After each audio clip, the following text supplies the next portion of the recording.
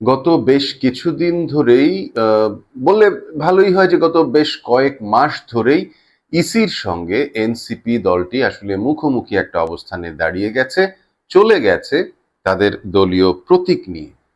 শেষ পর্যায়ে এসে ইসি সচিব তিনি বলেছেন যে কোনোভাবেই এনসিপিকে তাদের যে প্রত্যাশিত শাপলা প্রতীক সেটি দেওয়া যাবে না, অন্যান্য যে প্রতীকগুলো রয়েছে সেগুলো থেকেই তাদেরকে কোনো একটা প্রতীক বেছে নিতে হবে।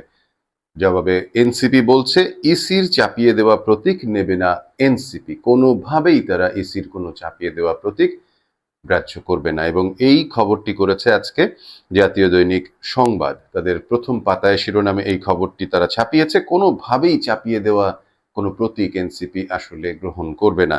রোববার সকালে নির্বাচন কমিশন সচিব আক্তার আহমেদ এক সাক্ষাৎকারে বলেন যে এনসিপি প্রতিনিধি দল শাপলা প্রতীক সংক্রান্ত ইসির চিঠির জবাব দিয়েছে।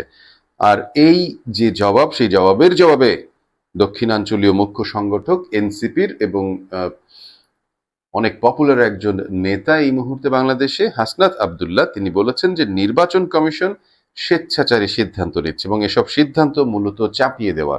তার অভিযোগ, বর্তমান ইসির প্রতীক বরাদ্দে কোনো সুস্পষ্ট নীতিমালা নেই, বরং প্রাতিষ্ঠানিক স্বৈরাচারে পরিণত হয়েছে এই প্রতিষ্ঠানটি।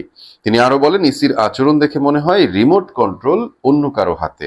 নির্বাচন কমিশন এখন স্পাইনলেস। অবশ্যই বলতে হবে যে এই বক্তব্যগুলো নির্বাচন কমিশনকে উদ্দেশ্য করে অনেক কঠোরভাবে দেওয়া হয়েছে।